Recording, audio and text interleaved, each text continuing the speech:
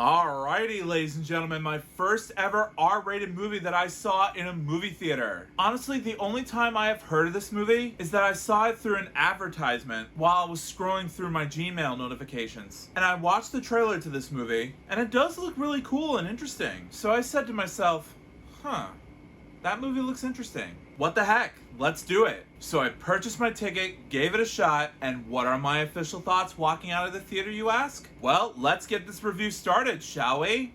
Cue the intro.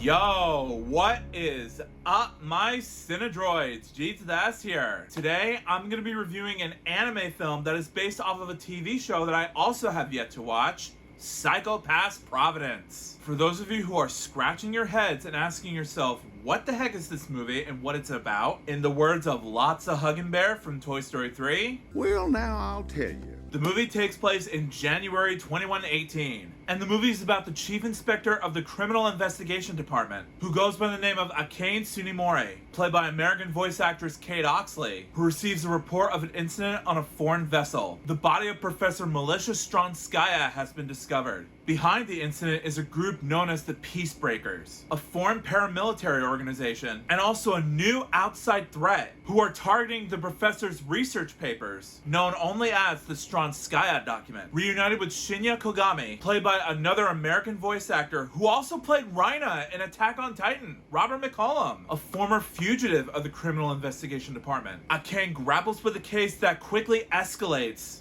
far beyond their expectations. The Stronskaya papers could reveal the truth that would shake Japan's government and even the civil system to the core. Now, first off, as expected, the CGI in the mix with the film's hand-drawn animation looks amazing. Even at my local movie theater that I was at months ago. Honestly, it shouldn't come off as a surprise to any of you. You know when a film from Japan, mainly Toho Studios for example, is released worldwide to a mainstream audience, you expect good quality animation like this. Even when it comes to the film's action sequences. In the mix with the film's cinematography, the animation is fast-paced, quick, and full of intense energy. Plus, I can see the action more clearly than most action films I come across. Mainly when they pull off their use of action sequences, and also their use of action stunts, usually the camera shakes too much, to the point where I cannot see what was happening in the scene. But this movie's use of action sequences looks stunning to watch in this movie. The camera is super still, and I can totally see what is happening right in front of me. That way, it makes it not only easy for me to watch, but in terms of execution, it also helps keep the energy flowing when it comes to high-octane excitement. Let's see if they can keep it that way, please. Also, speaking of the voice acting, again, when it comes to anime, I always watch these in English. Even if the dubbing is terrible, it helps me understand what they're saying. And I'm not one of those people who reads the captions when they're in Japanese all the time. The only time I will read the captions is when the characters are in English. You may disagree with me and leave vulgar, hateful comments about that all you want until the trumpets blare out, but I'm the type of guy who appreciates anime how I view them, and also how I experience them. But again, that's just me.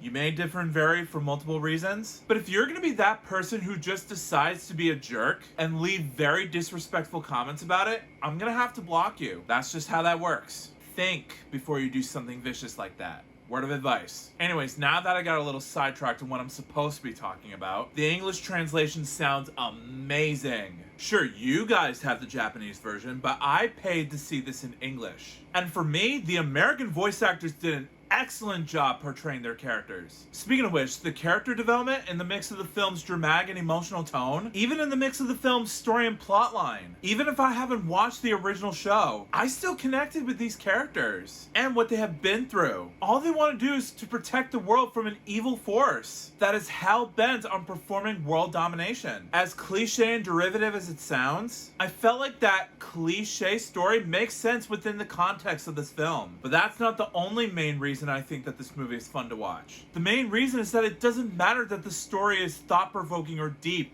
all the time. Sure, I'll appreciate it if it doesn't go in a way that feels repetitive and boring. Embrace the fun of it while you give us meaning to it. There has to be a happy medium there that makes it worth watching. This movie is no exception. But if I were to nitpick this movie, sure, there are a few pacing issues here and there, but they don't compromise the movie as a whole. Other than that, guys, in the end, I thought the movie Psycho-Pass Providence was a fun thrill ride. It was action-packed, the characters were memorable, the story was enjoyable, and the animation was fun to watch on screen. In short, I had a blast with this movie. And as a result, I rate Psycho-Pass Providence 4.5 stars out of 5. Once you have the chance, go see it for yourself. Even if you didn't watch the show, it's still a fun movie to watch. I highly recommend it. So Psycho-Pass Providence, have you seen it? If you have, let me know in the comments what you thought about it. Do you agree with me? Do you hate my guts now? Answers down below nicely, please. Also, if you like this video and you want to see some more, make sure that like button shines in your face. That'll totally help me out a ton. Also, share it with your family and friends and favorite it. That's a very good way to show support for this review. Also, if you're new to my channel, make sure to subscribe and ring that bell right next to you so you can be notified of future videos that I have in store for you. Also, if you want a shout out in a future video, just follow me on Instagram and I will choose one of my Synodroids to be displayed as a shout out. The link's in the description below. Also, I set up a Patreon page for you guys where you don't have to do this if you don't want to. I understand. But if there's a rare chance that you are interested in doing so, there will be a link in the description so that way you can visit my page and gain access to up to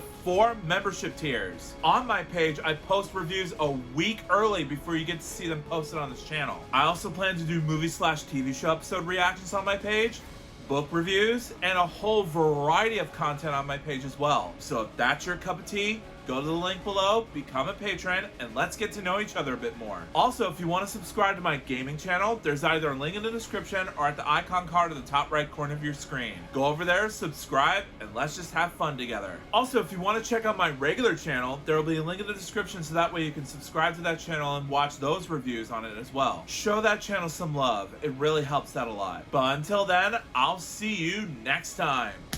Peace out.